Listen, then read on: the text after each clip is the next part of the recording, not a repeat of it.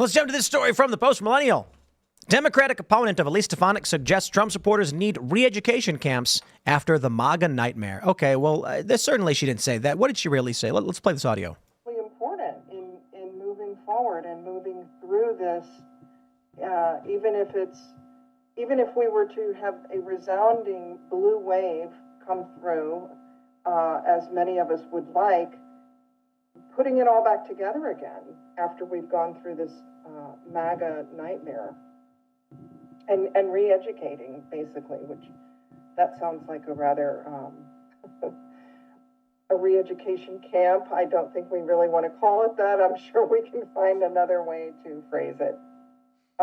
Anybody else care to talk about this? Okay, so she did say that they need re-education camps, but she wants to soften the language. Yeah, they're talking about gulags. It was never really called, I think we were corrected on this one, it wasn't called a gulag. A gulag was the department. They were just prisons, but you get the point. The problem is they already have re-education camps all across this country, including in the deepest red states, and it's called public schools. Well, for re-education, well, they're educated, like I get whatever it. you want to call it. But the implication, of course, though, is that you, as someone, a middle American working class person who's an adult with kids, they would have to send you to a camp to undergo the same thing children are undergoing now to align you with their fascist ideas. I think they're sending the kids home to do that battle for them right now from school. Well, and that's just indoctrination camp. Right. That's why you got to homeschool your kids. On principle here, I don't disagree with her for the MAGA supporters part, but maybe re-education camp for some of the crazies or consistent criminals that we're seeing in different parts of the countries. I mean, mental institutions. Yeah, but we could call them re-education camps. That sounds like a nicer euphemism. Than a mental institution? Yeah. I think we got to bring back mental institutions. Definitely. Yeah. But we could call them re-education camps if it gets... Clean up the streets. They're filled with cases that could fill these mental institutions with people. Like, it's mind-numbing to me. Like, you go down to Atlanta, there's people just, like, on the street, like, putting needles in their arms. Like, literally, just out in the open and stuff. Was it Reagan who got rid of them? Is that what it was? That's a good question. It was Reagan? I believe so. It was The problem was there was some really horrific abuse that actually took place in a lot of these mental institutions, and that got exposed. And I think that probably changed the appetite for it. But well, here's an idea. One way or the other, we got to be somewhere in the middle. What if we bring them back, and this time we don't allow journalists to go inside? Geraldo's done. Well, I feel as though we do still have some mental institutions where people can be involuntarily admitted to, but I feel like they're not getting the right people and not keeping the wrong people for long enough. I feel like the people who we're writing tickets to and letting out immediately aren't concerned about their criminal rap sheet at all. So these are the people who won't care to get written up and sent places. No, I think if you're pooping on the side of the road and doing needles, you go to the mental institution for quite some time. Now, I don't know how that's going to affect Biden after that. That wasn't a road stage. I think Hunter Biden could run on that at the Libertarian Convention. I think that would be popular for him. I mean, look, someone like Hunter Biden who is driving, speeding, doing crack. I think it's fine to say at this point, you get committed. Yeah. Wasn't he actually doing crack in the car at one point in a video? I don't know. I think you are right. My point is simply like, if you get to the point where you're committing very serious crimes, I'm sure most conservatives would say something like, just lock you up in jail. But that clearly isn't solving the problem. Mental institutions, involuntary committal is probably a better approach for people who are suffering. Look, the idea of prison is our prisons are already broken. They're retribution. That we lock people in boxes because they're dangerous, and then we don't think about it. All you're doing is like if you get moldy food in the fridge and you're like, oh, I don't want this moldy food getting on my clean food, so I'm going to throw it in a box of moldy food with other moldy food. It's like, it's going to get real nasty in there. So we need to reform the prison system. Prisons should be rehabilitative, and they should be structured way better. They're not. I don't think a lot of these criminals, I think many of them are beyond rehabilitation. That's the issue. Rehabilitation sounds nice on paper, and I want it to be true. I want the situation to be that we could rehabilitate criminals. However, overwhelmingly, when they get released, they commit again. Most of these worst people are reoffenders. Right, but we don't have rehabilitative prisons. I don't think there is a way to rehabilitate a lot of these gang members and a lot of these criminals who are going in. And unfortunately, a lot of these drug addicts, I think, are beyond rehabilitation is the sad truth. So certain... might be pessimistic. Certain offenders, like sex offenders, you're not going to reform. But your typical criminal can easily be reformed. The issue is most people just don't want to do it. And the answer is, we've seen this in other countries. They take their worst offenders and they put them on desolate islands. And guess what? They reform instantly. When they have to dedicate their time to survival, they fall away from, like, recidivism drops way down, and then they start focused on gathering wood and starting fires and what they I don't know. Have you been to Atlanta? I'm pretty sure our people would just hit each other with the wood. When they take the most violent offenders and then put them on empty islands with like a bare cabin with no electricity, all the crime stops. That's violent offenders. I understand that. I think right. Like, so he's talking about gangs and criminals and murderers. Well, I feel like most criminals, maybe not for white collar crimes, but the it's a blue collar crime. Right. So the issue is there certainly are many crimes that you can't reform people on. But the issue is what we do now is, like, someone robs a liquor store and we go, we're going to lock you in a box and then set a time limit and then you can come out later. And it's like, well, that doesn't do anything. It's a temporary, it's shoveling it under a carpet. I say, and I have no problem with this, is due process. If we're going to lock you in a prison, okay, well, we can use private islands. You're not leaving.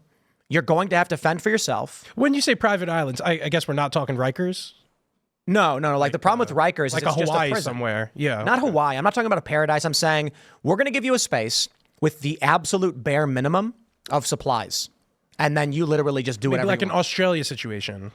Too big. Okay. Too big of island. Too big of island. Small island. So instead of, and here's the best part is, you don't need to build a massive prison complex. It's literally just like, good luck. Are you just describing dropping all these people off at Epstein Island? Too small. Too small. The idea is just right. Yeah, I was about to say. the idea is, depending on the degree of crime, you have excised yourself from society. Yes. And it would be also for a certain amount of time. I imagine the best way to do it is, because Scandinavian countries do this, and this is the model for many of these leftists.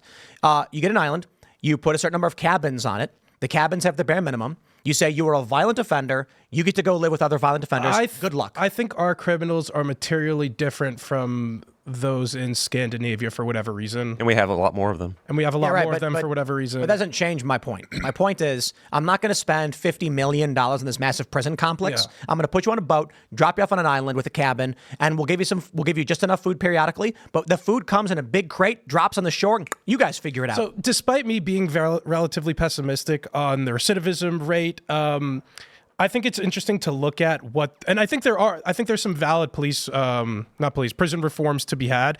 It's interesting to look at the progressive left and seeing what they're arguing for, because these guys are just saying abolish prisons for the most part. In New York City, they're just trying to close down Rikers, like not have an alternative. They're protesting new prisons being built without an alternative. And I think that's what leads to the even worse conditions at many of these prisons, at which they complain at the lack of quality of the prisons. Not that the prison should be very high quality, but it's like, let's not fund the prisons, let's not build new ones, and then let's complain about the horrible conditions in them to give an excuse to, I guess, plead down people because we won't have somewhere to send them, or try to get more people out early because of the conditions of them.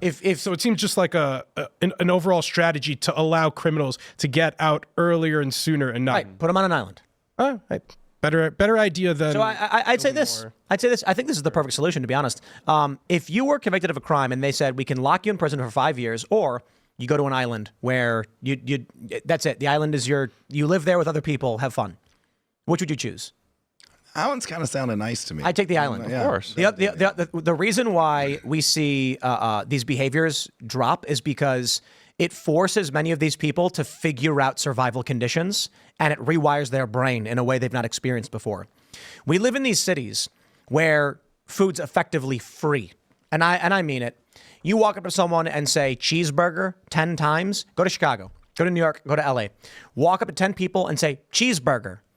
Someone will hand you a $5 bill and say, go get yourself a cheeseburger, buddy. There's food kitchens all across New York City, in every borough, many of them at many different churches, and there are endless lines of new illegal immigrants constantly getting free food all the time. In Seattle, they have food banks where I haven't been in Seattle in 15 years, but they had a food bank, a different one every day. And the people that I knew were like, Monday is this town, Tuesday is this town, Wednesday is this town. And they're all within like 15 minutes driving. So the kitchen was always stocked with free food.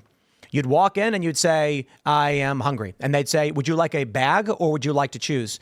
They would do this thing where they'd say, we have pre-made bags with a variety of items, or you can choose one protein, one grain, one fat, or whatever.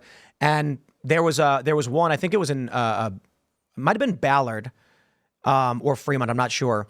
It was a library with a bread wall.